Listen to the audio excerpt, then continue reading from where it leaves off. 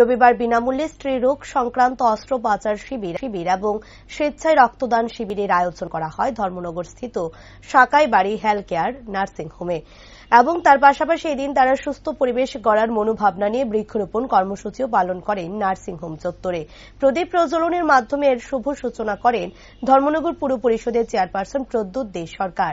এছাড়াও উপস্থিত ছিলেন ডক্টর সুমিত দাস, আগরতলা থেকে আগত বিশিষ্ট স্ত্রীরোগ বিশেষজ্ঞ ডক্টর মেহিবুর রহমান এবং ডক্টর জ্ঞান বৈদ্য সহ আরো অনেকেই। এদিন উক্ত শিবিরগুলি আয়োজনের পাশাপাশি এর উপর এক সাংবাদিক সম্মেলনেরও আয়োজন করা হয়।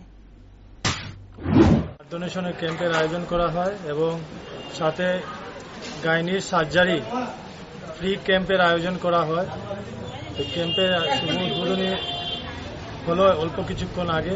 তারপর প্রচুর পরিমাণ বৃক্ষরোপণের মাধ্যমে একটা সমাজে একটা বার্তা দিতে চলেছেন ওনারা যে আমরা গ্রিন ধর্মনগর আমাদের বিধায়ক মহোদয় ডাক দিয়েছিলেন, তার সাথে ওনারা এগিয়ে এসেছেন এবং প্রচুর পরিমাণ বৃক্ষরোপণ করলেন। আমি এই হেলথ কেয়ার নার্সিংহোমের যারা কর্ণধার আছেন সবাইকে ধন্যবাদ জ্ঞাপন করি, ডাক্তারবাবুরা যারা আছেন এবং স্টাফেরা যারা আছে সবাইকে ধন্যবাদ জ্ঞাপন করি এরকম প্রোগ্রামের আয়োজন করার জন্য এবং এই ফ্রি হেলথ ক্যাম্পের আয়োজন করার জন্য।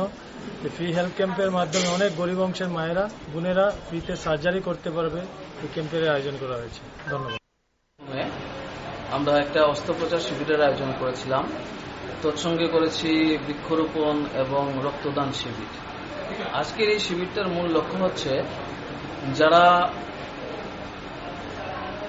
দারিদ্র্য সীমার নিচে বসবাসকারী আছেন, যারা পয়সার অভাবে বিভিন্ন ধরনের রোগে ভুগছেন কিন্তু অপারেশন করতে পারছেন না, তো সেজন্য আজকে আমাদের এই ক্যাম্পের আয়োজন করা হয়েছে। আজকের ক্যাম্পে আছেন আমাদের ডক্টর সুমিত দাস, তারপর আগরতলা থেকে ডক্টর JL বৈদ্য স্যার, মাহিবুর রহমান স্যার, বিভিন্ন আমাদের রাজ্যর এবং ভিন্ন রাজ্যেরও বিভিন্ন ডাক্তারবাবুরা আমাদের এখানে করছেন।